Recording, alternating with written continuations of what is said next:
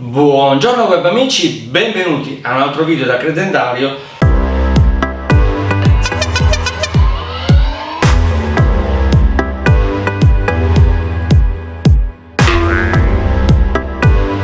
Oggi vi presento la Zero Motorcycle DSR Black Forest Edition.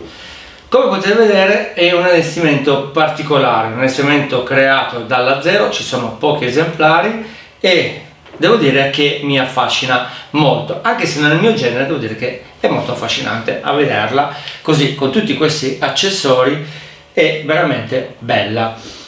Vi dico solo che questa moto qua con questo allestimento costa oltre 21.000 euro. C'è un forte sconto, quindi chi la volesse con 16.800 euro più il contributo statale, quindi togliendo il contributo statale la pagherà ancora meno, potrà portarsela a casa. Parliamo di un mezzo nuovo da immatricolare, quindi se avete bisogno contattatemi che ve la vendo volentieri. Allora, partiamo un po' con le solite informazioni tecniche. Quindi intanto parliamo di Zero e come sapete Zero è come parlare di top di gamma su mezzi a due ruote elettrici. Quindi partiamo con la versione DSR, che la trovate anche in versione non allestimento Black Forest Edition, appunto, motore che sviluppa 52 kW equivalente a 69 cavalli. Vi ricordo che per questa ci va la patente A o A2, quindi possiamo guidarla solo con la patente dedicata alla moto, omologata per due persone, peso 190 kg e devo dire che io già provandola, già portandola, si sentono tutti perché il peso è alto. È un po' un handicap che ho trovato, diciamo forse per la mia statura.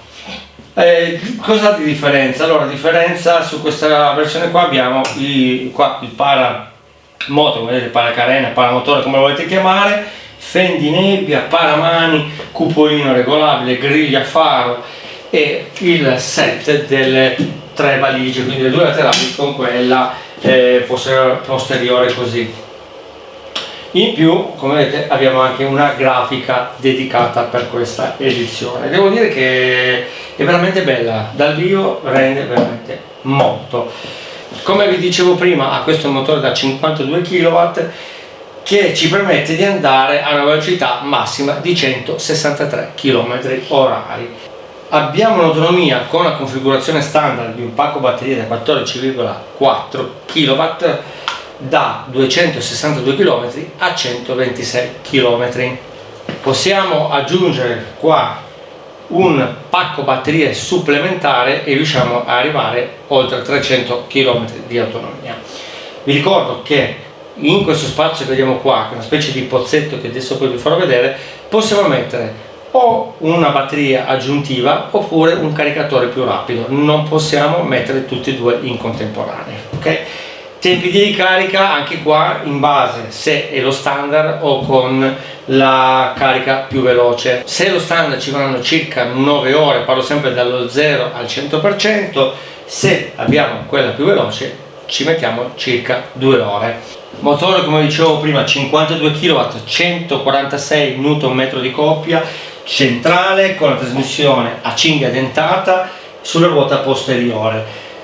Freni sia anteriore che posteriore a pedale posteriore della Juan con un disco anteriore da 320 mm, posteriore da 240 mm, sospensioni anteriori stereo rovesciati della Showa e monoammortizzatore posteriore sempre della Showa con serbatoio esterno, sia anteriore che posteriore, gli ammortizzatori regolabili in tutte le modalità, precarico, estensione, smorzamento, eccetera eccetera. Copertone anteriore 190 da 19 e Pirelli MT60, bello, quello che vedete anche là è sempre Pirelli MT60, mentre un posteriore abbiamo un 130-80-17 sempre Pirelli MT60 e devo dire che rendono veramente tantissimo. Vediamola bene nel dettaglio questa configurazione di questa DSR Forest Edition Limited. Vedete cupolino, paramani, fendinebbia con il paramotore, griglia a faro, la grafica dedicata, le borse, devo dire anche molto semplici da togliere, basterà sganciare qui e poi tirarle su e vengono via. La cinghia famosa che vi dicevo prima, la corona con la cinghia, strumentazione molto basica, vedete che è proprio nuova. Sapete che sulla 0 c'è un'app apposta che possiamo mettere oltre la Eco, la Custom, dove noi possiamo personalizzare la potenza, quindi è frenata rigenerativa. Un'altra cosa che non vi ho detto: frenata rigenerativa non funziona con i freni, ma funziona lasciando l'acceleratore, che devo dire che effettivamente è molto meglio. Soliti comandi, quindi le 4 frecce, il lampeggio, le luci abbaglianti, le frecce classiche, la modalità e il tasto di sicurezza. Abbiamo anche un 12 volt fatto così, tipo auto, tipo accendi sigari. Andiamo a aprire questo sportello. Ecco qua, abbiamo all'interno questo vano che vi dicevo, è sprovvisto di USB perché hanno messo appunto l'accendi sigari, come vi dicevo prima lì, e in questo sportello possiamo mettere o il caricatore più veloce o la batteria per aumentare l'autonomia, o se no possiamo lasciarlo così per poter mettere degli oggetti.